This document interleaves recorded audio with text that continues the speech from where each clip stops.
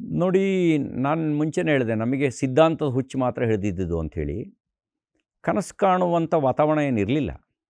ಕನಸು ಕಂಡಿದ್ರೆ ನಗಾಡ್ತಿದ್ರು. ನಾವು M L A ಆಗ್ತೀವಿ ಅಂತ ಹೇಳಿದ್ರೆ, ಒಂದು ಪಂಚಾಯಿತಿ ಮೆಂಬರು ಆಗೋ ಯೋಗ್ಯತೆ ಇಲ್ಲದೆ ಇರುವಂಥ ಪಾರ್ಟಿ ನಿಮ್ಮದು, ನೀವೆಲ್ಲಿ ಎಮ್ ಎಲ್ ಎ ಆಗ್ತೀರಿ ಅಂತ ಹೇಳ್ತಾಯಿದ್ರು.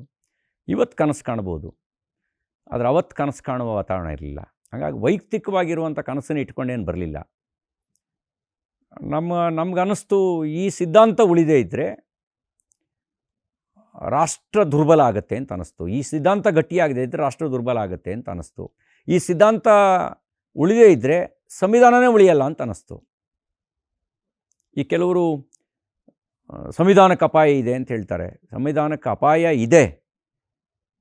ಹಿಂದುತ್ವದ ಸಿದ್ಧಾಂತದಿಂದ ಸಂವಿಧಾನಕ್ಕೆ ಅಪಾಯ ಇಲ್ಲ. ಸಂವಿಧಾನಕ್ಕೆ ಅಪಾಯ ಇರೋದು ತಾಲಿಬಾನಿ ಸಿದ್ಧಾಂತದಿಂದ ಸಂವಿಧಾನಕ್ಕೆ ಅಪಾಯ ಇರೋದು. ಮತೀಯವಾದದಿಂದ ಅಪಾಯ ಇರೋದು, ಧರ್ಮದಿಂದ ಅಪಾಯ ಇಲ್ಲ.